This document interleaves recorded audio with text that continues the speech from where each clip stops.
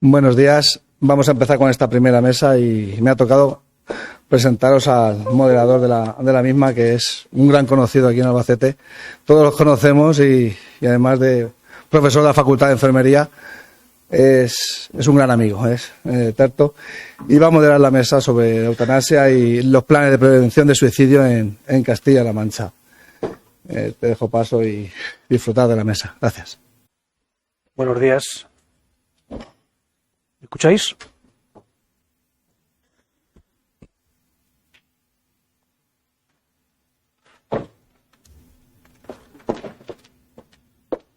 Bueno, las primeras palabras para agradecer a Vicente Ráez su aportación siempre sorprendente.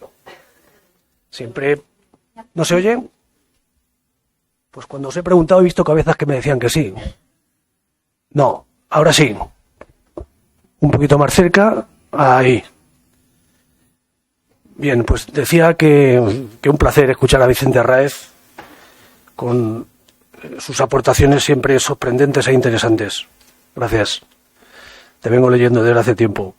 Y mi agradecimiento a formar parte de estas jornadas, que hayan contado conmigo para esta mesa, y os voy a presentar los dos ponentes que la componen. La primera temática relacionada con la eutanasia. Bueno, la humanización de la asistencia sanitaria es uno de los pilares estratégicos de las políticas sanitarias. Es en esta línea donde se trabaja para generar una cultura de humanización que consiga cambios en actitudes, aptitudes, habilidades y competencias en todo lo que es el proceso asistencial, en todas las partes que lo componen. Esto es lo que recoge el Plan de Salud de Castilla-La Mancha Horizonte 2025. El órgano responsable de promover la atención centrada en la persona es la Comisión de Humanización, creada desde la GAI, desde la Gerencia de Atención Integrada de Albacete, en mayo de 2022. Entre otros, incide especialmente en colectivos de mayor riesgo, de mayor vulnerabilidad, así como entre profesionales del ámbito sanitario, con el fin de incidir de manera efectiva en los derechos y deberes de los pacientes. Uno de estos derechos es la eutanasia, una demanda sostenida por la sociedad y reivindicada, y que ya es regulada por la Ley Orgánica 321 de 24 de marzo. Esta ley introduce en nuestro ordenamiento jurídico un nuevo derecho individual, pero también una nueva prestación de la cartera de servicios del Sistema Nacional de Salud. Esta prestación está dirigida a personas que, frente a una enfermedad grave, incurable, un padecimiento insoportable, una situación crónica con imposibilidad de volver a recuperar la salud, haya manifestado de manera plenamente consciente, libre y autónoma su voluntad de acabar con la vida, siempre que cumplan los requisitos previstos en la ley.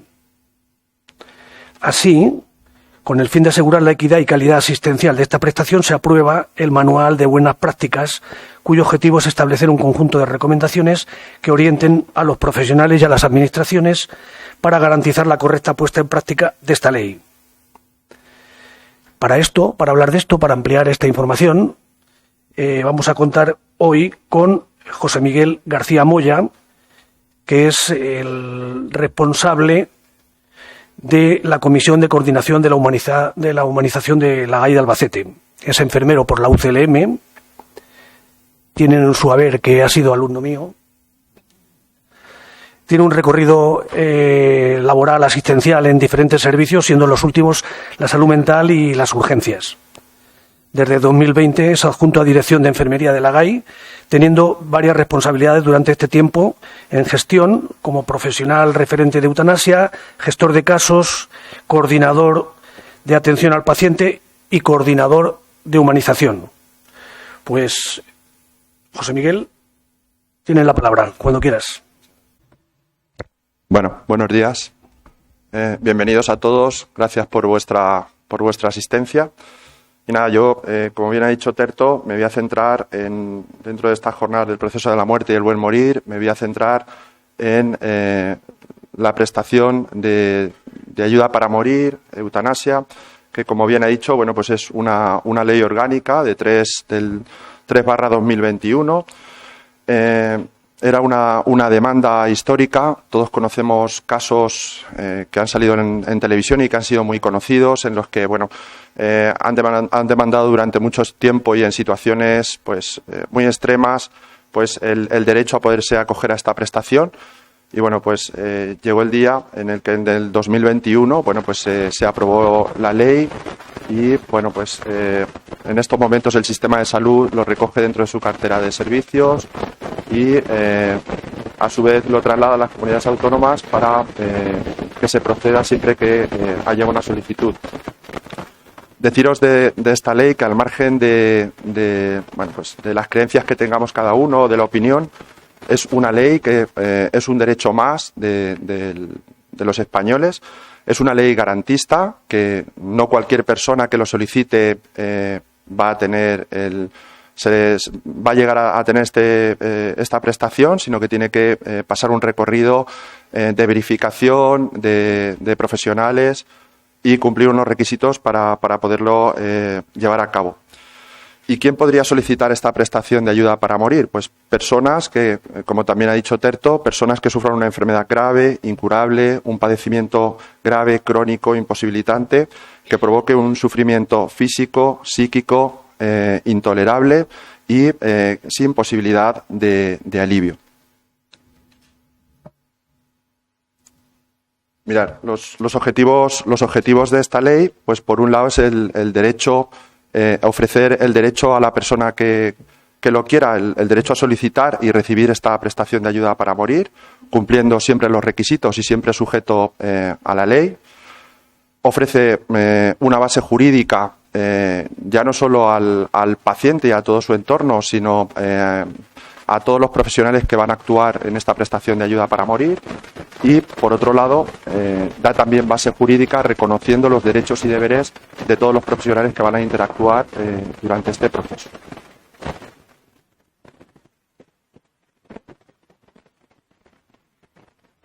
Mirad, dentro de la prestación, cuando el Ministerio de Sanidad desarrolló la ley y realizó el manual de buenas prácticas que trasladó a las comunidades autónomas, las comunidades autónomas pusieron todos los medios para que en el caso de que llegara una solicitud, esa solicitud pudiera ser tratada y tuviera el paciente el derecho que le otorga esta ley.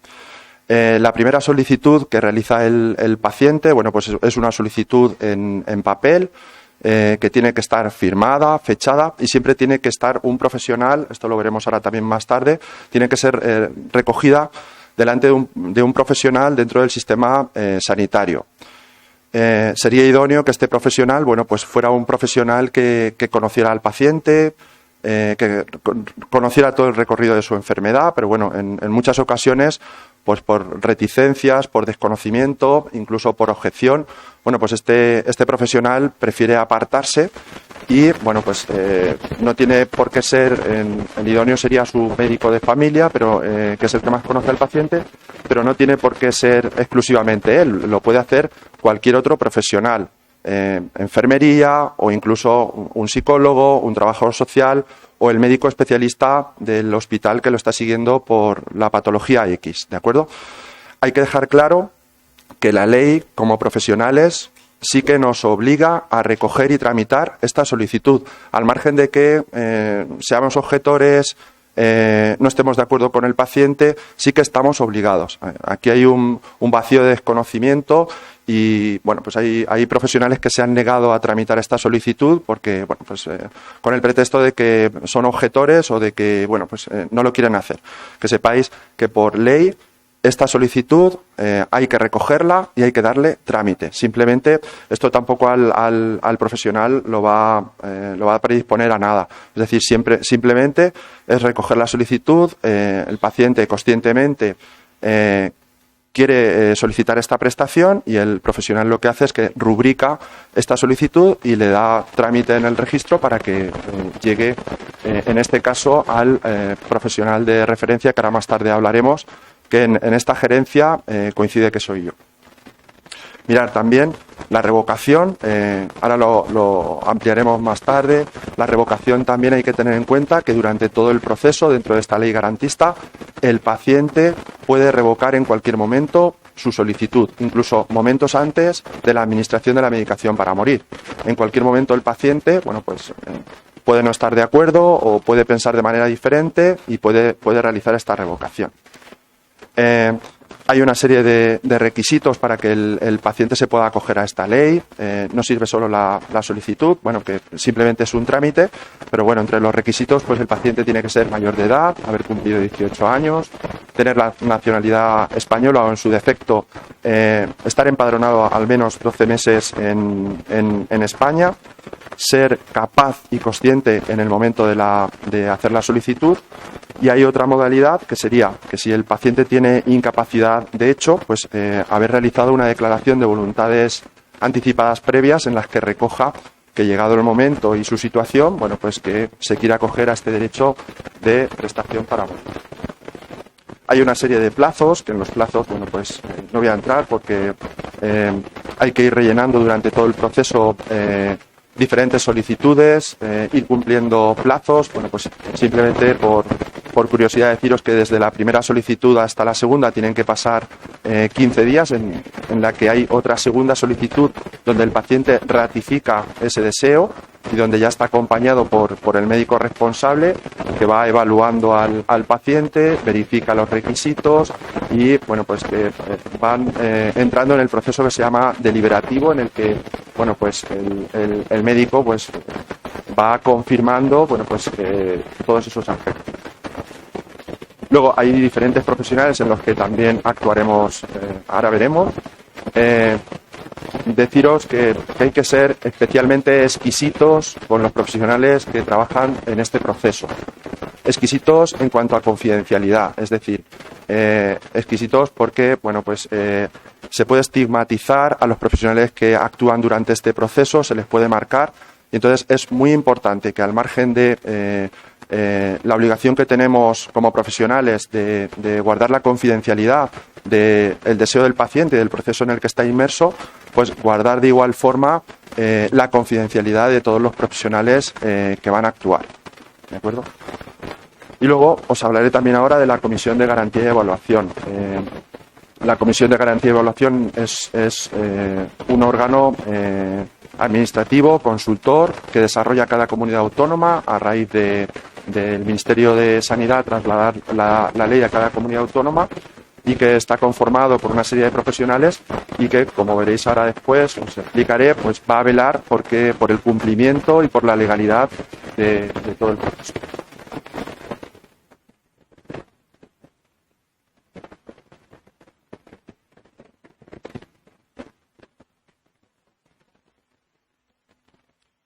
Mirad, en cuanto a los requisitos que ya he dicho, el paciente lo primero que tenemos que hacer es saber, al margen de que el paciente haya rellenado la solicitud, de que cumple esos requisitos de mayoría de edad, de ser paciente voluntario, consciente, de que tiene la nacionalidad española, de la incapacidad de hecho, ¿de acuerdo? Es lo primero que se va a valorar, tanto por el médico responsable, una vez que el paciente ha rellenado la solicitud, como por el profesional de referencia, que vuelve a revisar que cumple los requisitos, incluso por la propia comisión. Dentro de los profesionales que van a actuar durante todo este proceso, como ya os he ido nombrando, estaría el profesional de referencia. Mirad, desde que la ley se aprueba y entra dentro de la cartera de servicios del Sistema Nacional de Salud en nuestro país, pues el Ministerio de Sanidad lo traslada a las comunidades autónomas con el manual de buenas prácticas, donde hace una serie de recomendaciones para poder llevar a cabo la ley con las solicitudes que los sistemas de salud de cada comunidad autónoma vayan teniendo. Y en Castilla-La Mancha se crea la figura del profesional de referencia. No en todas las comunidades autónomas han desarrollado esta figura. En Castilla-La Mancha tenemos la suerte de contar con ella. Es un profesional que va a aportar valor y que, como ahora también os contaré, va a entrar dentro del proceso sin tener contacto con el paciente, simplemente con los profesionales. El médico responsable, bueno, pues va a ser el médico que él, en un principio, el paciente quiere que lleve su proceso. Normalmente el médico que más conoce el proceso del paciente y que aglutina todas las especialidades de especialistas y de profesionales que están en ese momento tratando al paciente sería su médico de familia. Pero no en todas las veces pues el médico de familia o quiere o incluso a veces el paciente pues, no lo elige como primer candidato. Pero es un proceso en el que se intenta facilitar que la decisión del paciente pues prime dentro de las posibilidades que pueda tener en su entorno sanitario de atención. El médico responsable durante todo este tiempo pues va a acompañar al paciente. Si el médico de familia no quisiera, bueno, pues se busca otra alternativa, siempre consensuándolo con el paciente, y este profesional sanitario, bueno, pues va a entrar en este proceso deliberativo en el que va a seguir una serie de plazos, de trámites, de ir cumplimentando una serie de documentación y, bueno, pues llegará un momento en el que el médico responsable, bueno, pues dentro de su actuación será favorable o desfavorable su criterio.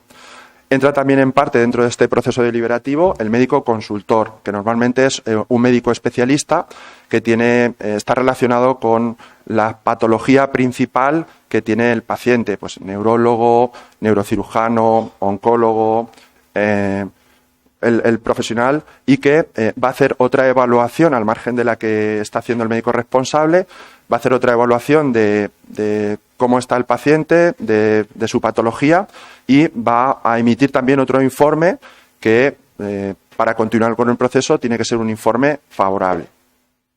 Y luego, más tarde, entrará en marcha el equipo asistencial, que en este caso puede ser también el equipo responsable o no, en el que, bueno, pues va a ser el equipo que va a llevar a cabo, una vez que el paciente ha pasado todos los trámites, incluso como favorable por la Comisión de Garantías y Evaluación, que ahora veremos que hace también otro seguimiento, sería el equipo, bueno, pues que lleva a cabo esta prestación de ayuda para morir.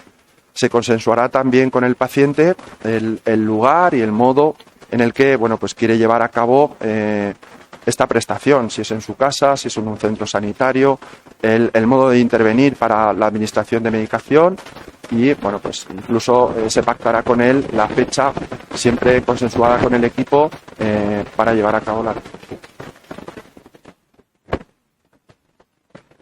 la Comisión de Garantías y Evaluación, como os he dicho, es un órgano administrativo donde con cada proceso nuevo que se les informa designan un médico y un jurista que van a evaluar todo el proceso que se ha seguido, desde que el proceso deliberativo con el médico responsable, con el médico consultor y con todos los profesionales que actúan. Lleva un control del proceso tanto previo como posterior al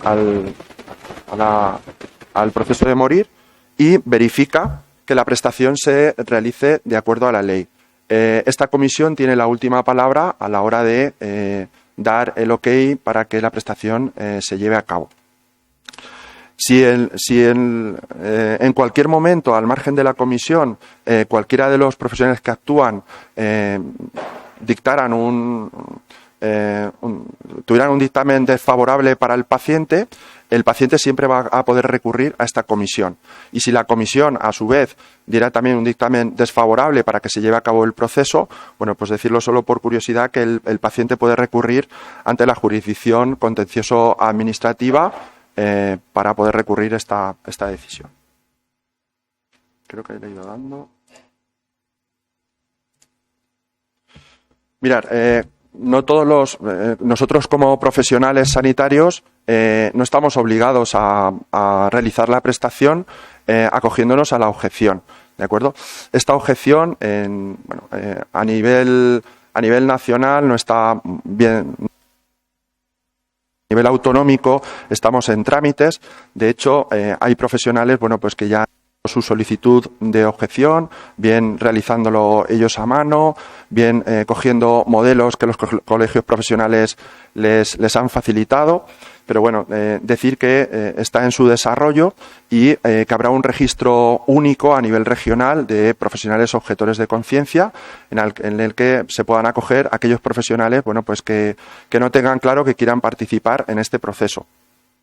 Hago la objeción de recordaros, como he dicho al principio, que aunque los profesionales seamos objetores, sí que estamos obligados por ley a recoger esa primera solicitud y a darle trámite, ¿de acuerdo? A partir de ahí, si somos objetores, bueno, pues se nos apartará como posibles profesionales que puedan participar en el proceso y acabaría ahí, ¿de acuerdo?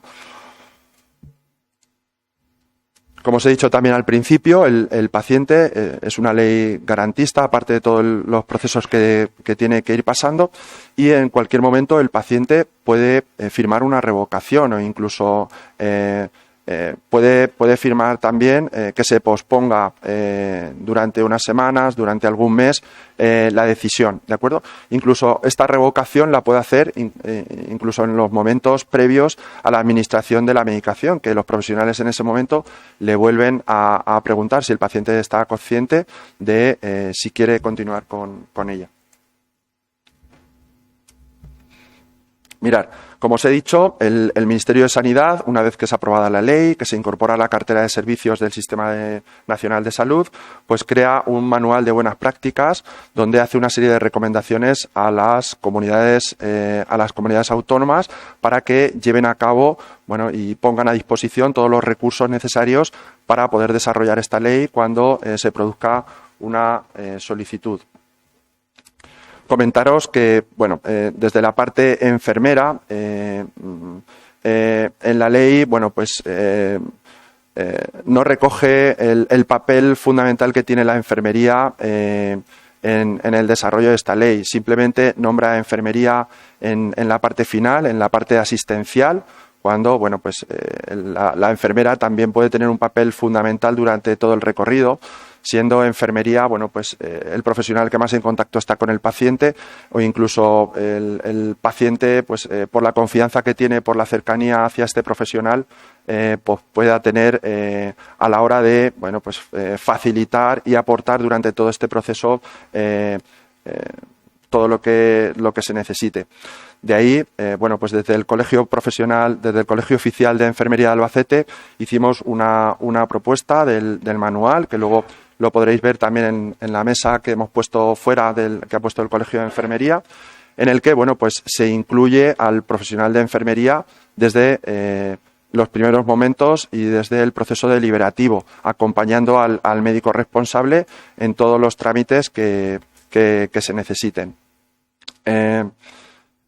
Esta propuesta se elevó a la Consejería de Sanidad y, bueno, tenemos constancia de que a su vez se elevó al Consejo Interterritorial de Salud, al Ministerio de Sanidad y, bueno, pues solo porque sepáis que bueno, hemos hecho una propuesta en la que se le da un papel más importante a la enfermera, empezando por ese proceso deliberativo del comienzo. Y nada, hablaros del profesional de referencia, que en su caso, bueno, pues en la gerencia de atención integrada soy yo. El profesional de referencia, como os he dicho, no tiene contacto con el paciente, es un profesional referente y que, bueno, pues verifica junto con el médico responsable y con la comisión de garantías, pues que el paciente cumple los requisitos.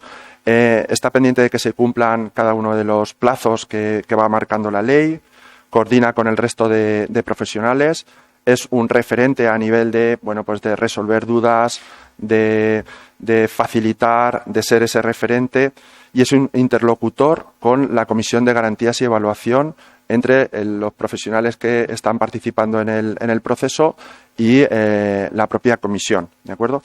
Y luego trabaja también con el servicio de documentación del centro sanitario donde trabaja a la hora de ir incorporando todos aquellos documentos a la historia clínica del paciente que por ley son necesarios que se incluyan. Y bueno, nada más, no me voy a extender más. Os dejo con esta foto, fue un viaje que hice el fin de semana pasado. Es la Torre de Belén de Lisboa, que es una torre del siglo XVI. Era una torre defensiva que está a las orillas del Tajo, en la desembocadura con el mar, y que hacía, bueno, pues de fuerte y torre defensiva para que defender el puerto de Lisboa. Espero que os haya gustado.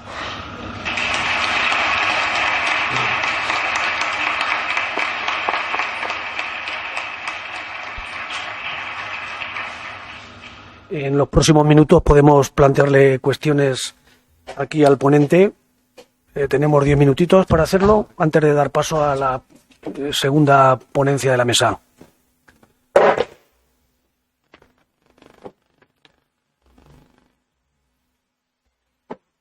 Mientras que vais pensando vuestras preguntas, yo le quiero plantear a José Miguel, le quiero plantear, ya concretando, porque has dado un poco el papel de como referente, pero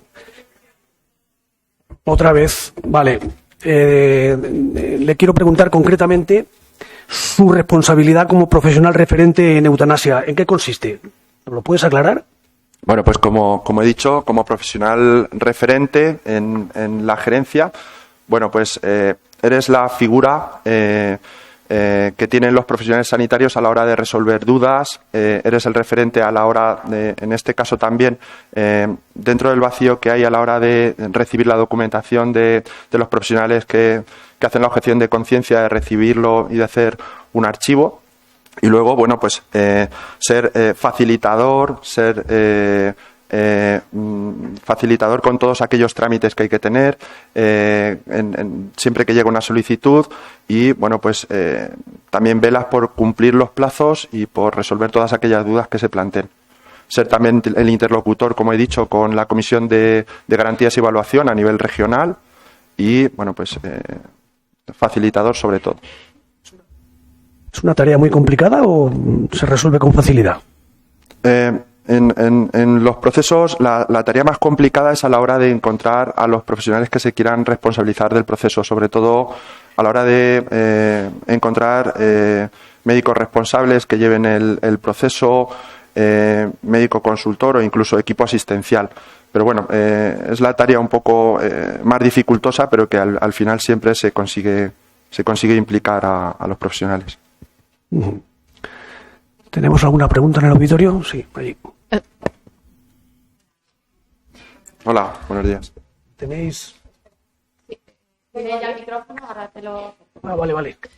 Buenos días. Soy Inma Tejero, médico de familia del Zona 1, y quería que nos contaras un poco qué ha pasado en este año y medio ya, ¿no?, de ley. Bueno, yo conozco un caso en particular que se llevó a cabo aquí y sé que fue todo muy bien, pero quería saber cómo había sido la experiencia en general, porque hay bastante desinformación incluso a nivel nacional.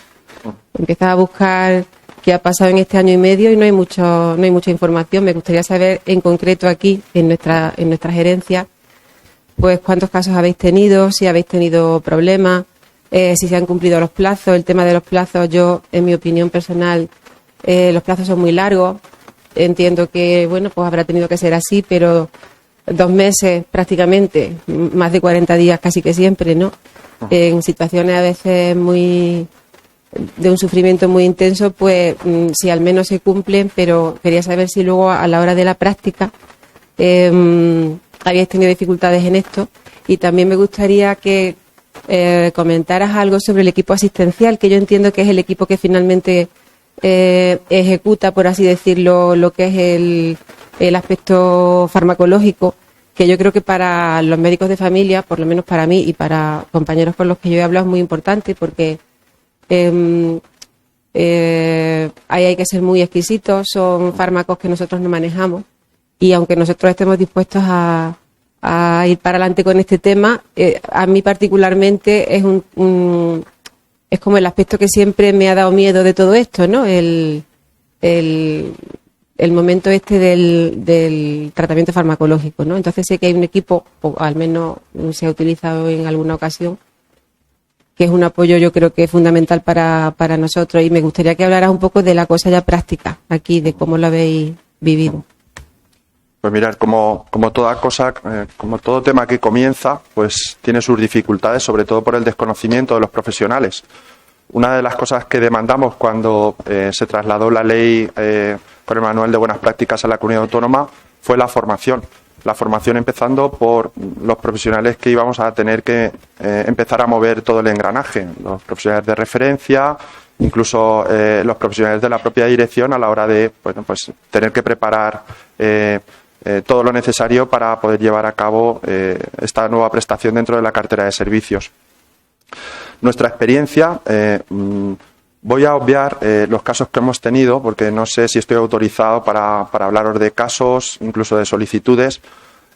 Toda esa estadística la tiene la Comunidad Autónoma y el Ministerio de Sanidad, a la que les trasladamos todos esos datos y que serían, yo creo que, los más apropiados para dar esos datos. Os puedo decir que de las experiencias que hemos tenido dentro de nuestra gerencia han resultado favorables, han resultado bien en cuanto a la prestación que se ha realizado. ¿Hay reticencias por parte de los profesionales? Pues sí, sobre todo por el desconocimiento. Pero bueno, pues siempre se han buscado alternativas y con la preparación pertinente de los profesionales, con el apoyo de la gerencia, de los medios y del material que se ha necesitado. Y bueno, pues os puedo decir que ha habido un agradecimiento por parte del entorno del paciente por cómo se ha desarrollado esa prestación. El tema de medicación, llevas razón que el uso, sobre todo de la vía venosa en esta prestación, hay profesionales que la desconocen, bueno, pues porque su trabajo del día a día no están familiarizados con ella, pero bueno, pues la gerencia no tiene problema en formar a los médicos, en incluso darles tablas de medicación, darles alternativas y darles toda la preparación que se necesite para poderlo llevar a cabo. El miedo y el desconocimiento, el miedo sobre todo por el desconocimiento, es natural. Llevamos poco recorrido. Yo creo que poco a poco esto irá cada vez saliendo mejor y habrá bueno, pues menos rechazo por ese desconocimiento. Pero la experiencia hasta ahora ha sido positiva de los casos que hemos tenido. No sé si he resuelto tu duda. No.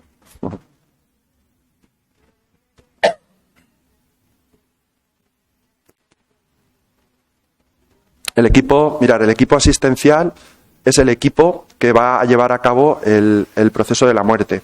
Es un equipo que está formado por un médico y una enfermera, que pueden ser los mismos del equipo responsable, del médico responsable, que nosotros, la ley como tal habla solo del médico, por eso nosotros, he dicho yo, que desde el Colegio de Enfermería el trabajo que hicimos fue de incorporar desde ese primer momento también el perfil del profesional de enfermería para que acompañara durante todo el proceso al paciente junto con el médico.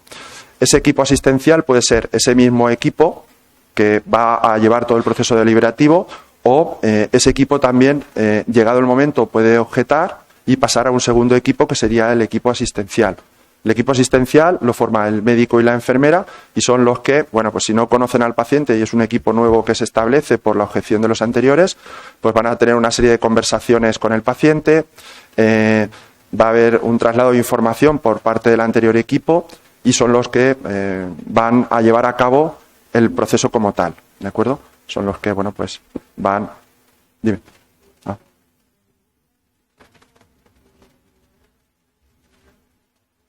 Uh-huh.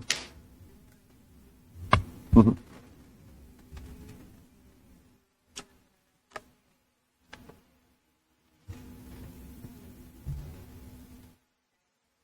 Uh-huh. No hay...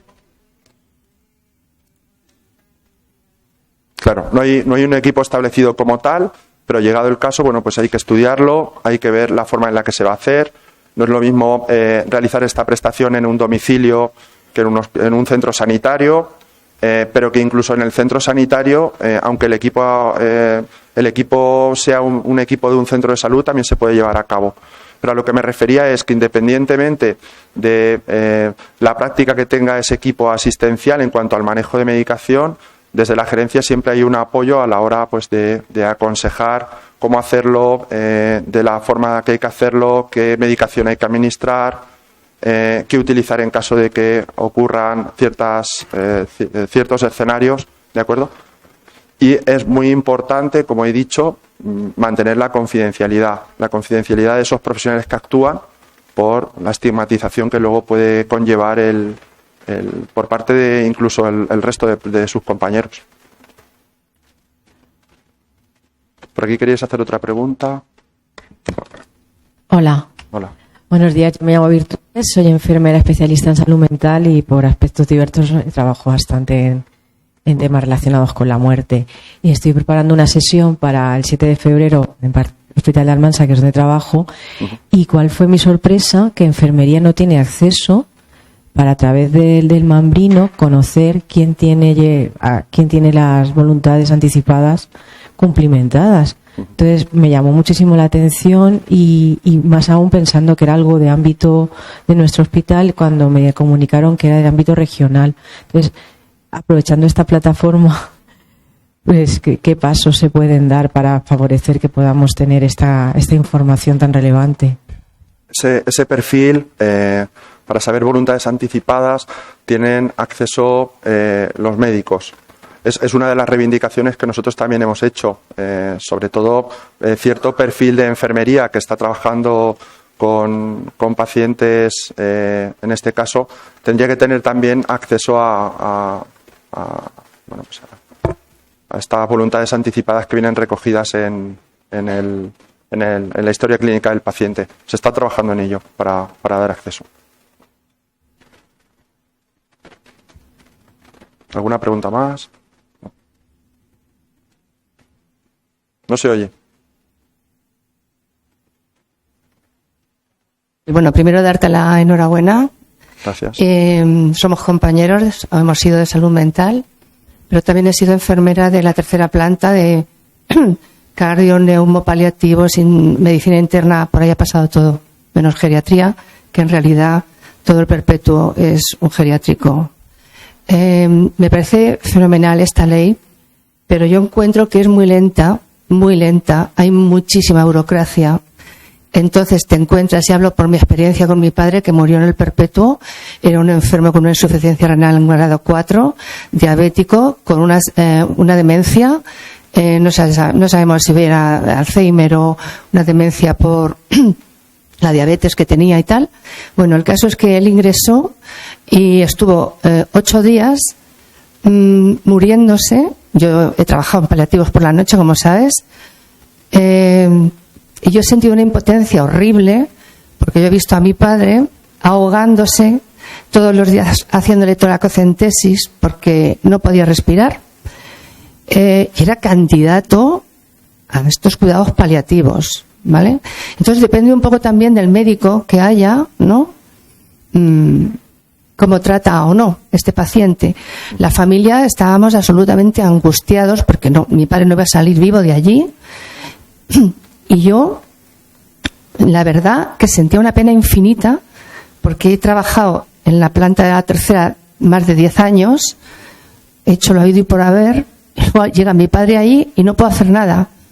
Porque, sí, vale, la ley esta está muy bien, pero ¿qué pasa con esos pacientes que ingresan, que no van a salir vivos, que lo están pasando horriblemente mal, asfixiándose, ahogándose, con dolor, nerviosos?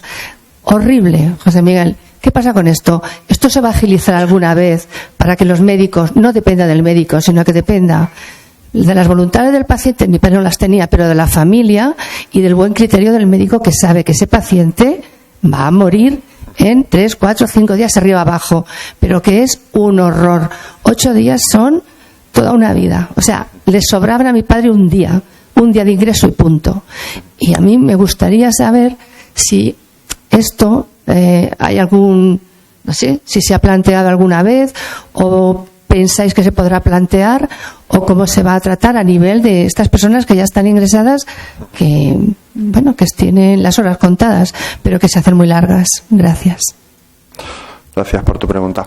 Mira, son dos temas diferentes. En el caso de tu padre, al no tener voluntades anticipadas, que desde aquí hago un llamamiento a resaltar la importancia que tienen las voluntades anticipadas para evitar estos casos. Cuando estamos bien, deberíamos de, igual que hacemos el testamento, pues deberíamos dejar voluntades anticipadas para cuando estemos mal. Es decir, ¿qué pasará cuando yo no pueda decidir por mí mismo qué hacer con mi vida en la situación en la que me encuentre? Muy importante dejar las voluntades anticipadas hechas. En el caso de tu padre, claro, entramos dentro del terreno de cuidados paliativos. Claro, cuidados paliativos pues es el control de síntomas, que el paciente esté confortable, que no tenga dolor, claro.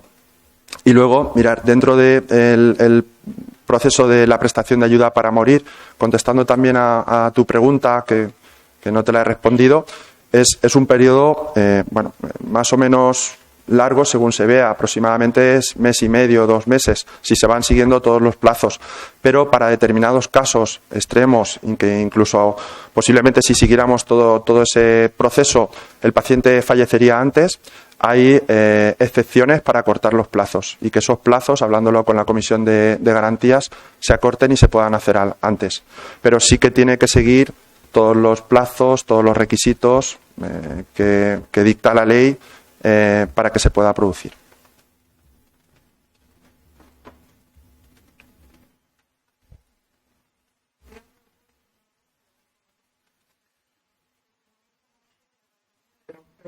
Uh-huh.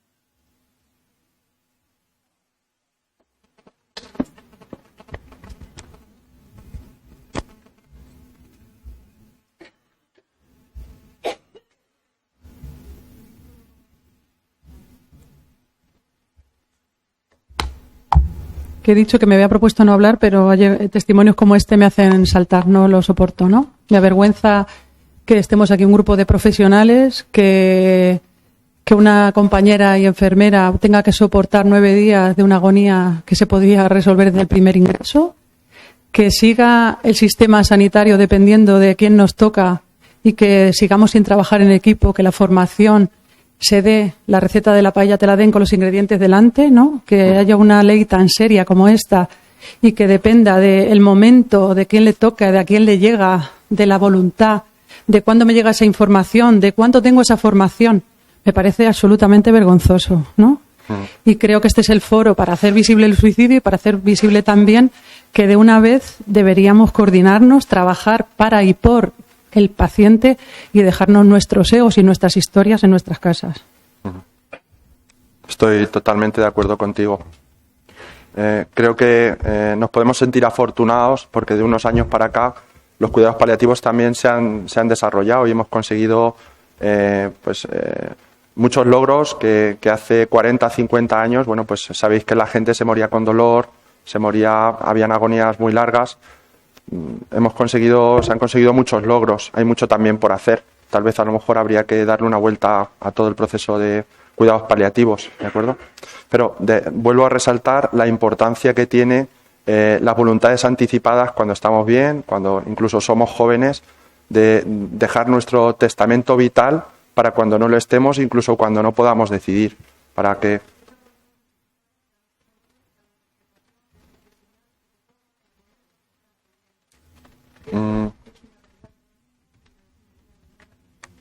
sí, pero si tú dejas unas voluntades anticipadas en la que hay un apartado que hace referencia a la eutanasia y que llegado el momento pues se certifica que el paciente pues no es capaz, pero que reúne todos los requisitos para que se pueda realizar, la familia o el profesional lo puede exigir y se tiene que hacer, ¿de acuerdo? Siempre y cuando, pues tiene que pasar también por todo el proceso deliberativo, se constata. Acordaros que he dicho al principio que es una ley garantista, que no toda persona es candidata, tiene que ser evaluado y cumplir los requisitos.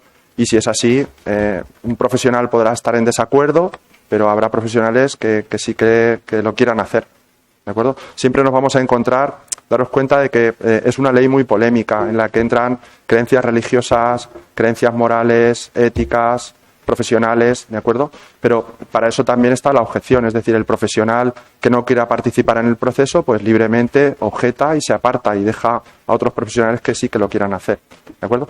Y otra cosa importante también de la ley es no hacer juicios, ni juicios de valor, ni crítica hacia el paciente. Es decir, el paciente tenemos que concebir la ley como un derecho que por ley se ha aprobado y que, bueno, pues que es una prestación más dentro de la cartera de servicios y a la que el paciente tiene acceso. Pero vuelvo a decir que es muy recomendable y muy importante el que dejemos nuestro testamento vital hecho cuando estamos bien, para cuando estamos mal o no podamos decidir.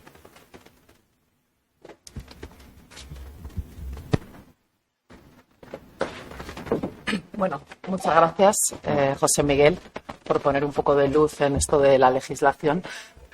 Yo quería hacerte una pregunta en concreto sobre el tema de la formación, ya que ha salido el tema, ¿vale? El año pasado, revisando la ley, la ley un poco lo que recoge es la responsabilidad de los sistemas sanitarios para formar a los profesionales, ¿no? En lo que es más asistencial, pero creo recordar que cuando lo leí, que hace ya unos cuantos meses, no recuerdo muy bien, pero también se establecía la responsabilidad de formar también a los profesionales en que ellos sean capaces de dar apoyo psicológico, moral, psicosocial en general, ¿no? Tanto a la persona como a sus familiares, ¿no? Entonces, me gustaría saber cuál es tu opinión sobre este tema, cómo estamos en general para abordar esta tarea y qué necesitamos para poder abordar esta tarea mejor, ¿no? Sobre todo porque nos estamos encontrando en salud mental con que nos están llegando casos de profesionales que han participado en un equipo asistencial, en un proceso de ayudar a otra persona a morir y después están teniendo dificultades de adaptación. Lo que nos transmiten es que se han visto muy acompañadas por las gerencias, por los referentes de eutanasia, pero que han ido sobre la marcha aprendiendo porque no tenían formación previa y bueno, entonces quería saber cuál es tu opinión.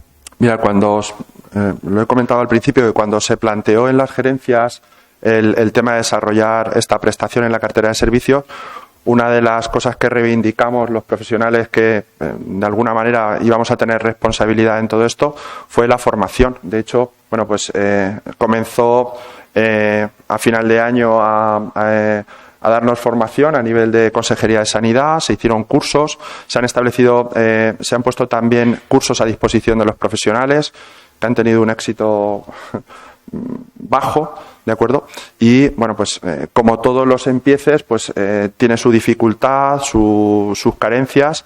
Y bueno, poco a poco, bueno, pues se ha ido movilizando. Cuando antes he hablado de las recomendaciones del manual de buenas prácticas que se hizo desde el Colegio de Enfermería, no lo he dicho, pero otra de las carencias que veíamos también era el apoyo a nivel de salud mental, ya no solo de los profesionales, sino también de la elaboración del duelo de la familia una vez que el paciente fallecía. Es decir, el paciente fallece, el equipo asistencial pues en esos primeros minutos está acompañando a la familia, pero después, bueno, pues dejamos al fallecido con la familia, los profesionales se van y la familia, bueno, pues tiene que elaborar el duelo. Entonces ahí vimos una carencia que nosotros también hemos hecho una propuesta, bueno, pues para acompañar a la familia, sobre todo en esas primeras semanas del duelo y sobre todo habiendo tenido una muerte entre comillas un tanto iba a decir rara, pero bueno, no es rara, pues un tanto inusual, ¿no? Por parte de los profesionales también, es decir, los profesionales hay también una carencia a la hora de de todo, toda la carencia de todo lo que les pueda producir a nivel emocional, a nivel profesional el haber participado, bueno, pues en ese proceso, bueno, que realmente estás participando en ayudar a una persona a morir. Y yo creo que por defecto todos los profesionales sanitarios, cuando estudiamos y cuando trabajamos, siempre intentamos, bueno, pues lo que intentamos es aliviar, curar, intentar sanar, y bueno, pues si no se puede sanar, aliviar síntomas, pero nunca bueno, pues provocar de forma directa la muerte del paciente.